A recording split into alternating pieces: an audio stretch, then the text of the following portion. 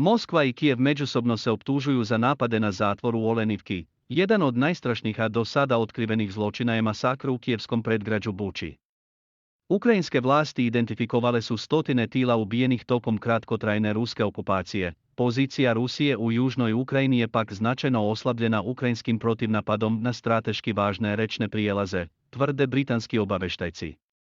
Dva glavna mosta na reci Dnjepar verovatno se više ne mogu koristiti za prevoz značajne vojne opreme u područja zapadno od Rik pod ruskom okupacijom. Navodi se u subotu u najnovijem izvještaju Britanskog ministarstva odbrane. Također se navodi da je glavni željeznički most u blizini Hersona dodatno oštećen. Kako bi organizovala vojno snabdevanje, Moskva se nedavno uglavnom oslanjala na trajektnu vezu u blizini mosta. Čak i nakon daljnjih popravaka, mostovi bi verovatno ostali slaba tačka ruske ofanzive.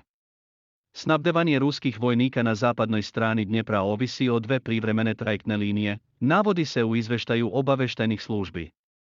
Britanska vlada od početka invazije na Ukrajinu redovno objavljuje podatke o stanju na bojištu. Moskva optužuje London za ciljanu kampanju dezinformisanja.